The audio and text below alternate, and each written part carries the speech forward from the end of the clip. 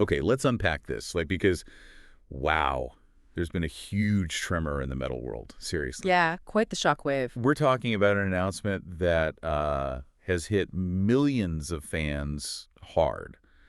And honestly, it kind of caught me by surprise, too. Hmm.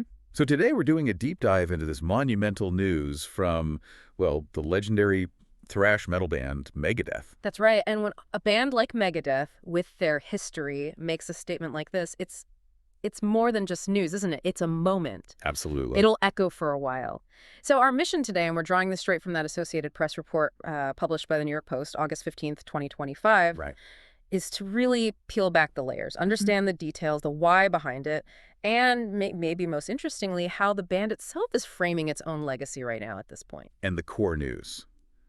It's exactly what that cryptic post hinted at, wasn't it? The one on Wednesday, August 13th, it said, the end is near. Yeah, very. And then, boom, Thursday, August 14th, Megadeth officially announces their retirement. And this isn't, just a break. No, not a hiatus. It's the real deal. Final album, farewell tour, both set for 2026. It feels like the end of an era. It really does. It does. And what's really interesting here, I think, is that even with this big announcement out, so many key details are still, well, missing. Like what? Well, the article specifically points out the final album's title. We don't know it. Okay. Its actual release date, still unannounced. And the specific dates, the cities for that big farewell tour, nothing yet. Huh.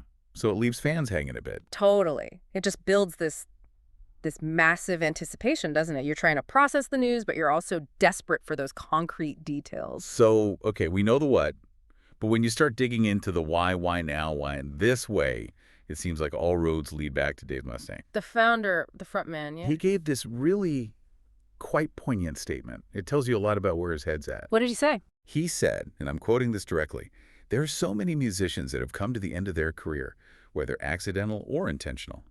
Uh-huh. Most of them don't get to go out on their own terms on top, and that's where I'm at in my life right now. Wow. On top. Yeah, that's incredibly powerful. Yeah. Makes you think, how often does that actually happen? An artist truly getting to call that shot right at their peak. It feels rare, very rare, and maybe even more than just timing. That phrase, on his own terms, for a band like Megadeth, think about it. The lineup changes, the personal struggles Mustaine's been through, the huge shifts in music. Right. For them to maintain control, creative control, narrative control over this final chapter, that's huge. It's like ensuring the story ends exactly how they wrote it. A rare privilege, like you said. Absolutely. And he didn't shy away from the emotional side either. He actually said, I have traveled the world and have made millions upon millions of fans. And the hardest part of all of this is saying goodbye to them. You feel that way, don't you? Yeah. But what's really striking is he's not asking for pity or sadness. No. His message was super clear on that. He said, don't be mad. Don't be sad. Be happy for us all. Come celebrate with me these next few years. We have done something together that's truly wonderful and will probably never happen again.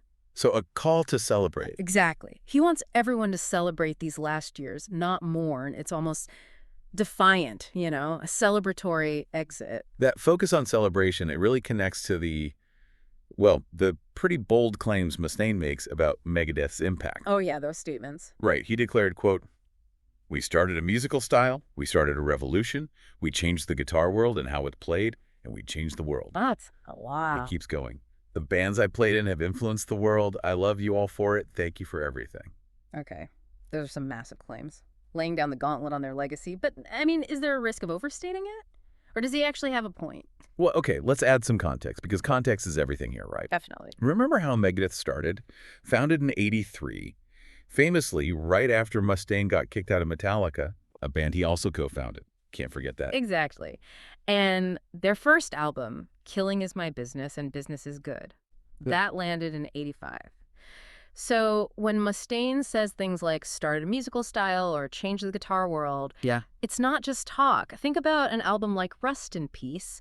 The technical skill, the intricate riffs, the complex structures, the lyrical themes. It genuinely pushed thrash metal. It set a new bar. It really did. It set a new standard for guitarists, for sure. That's the kind of tangible impact he's likely talking about, Mm. influencing countless bands that came after. And it's not like they faded away either.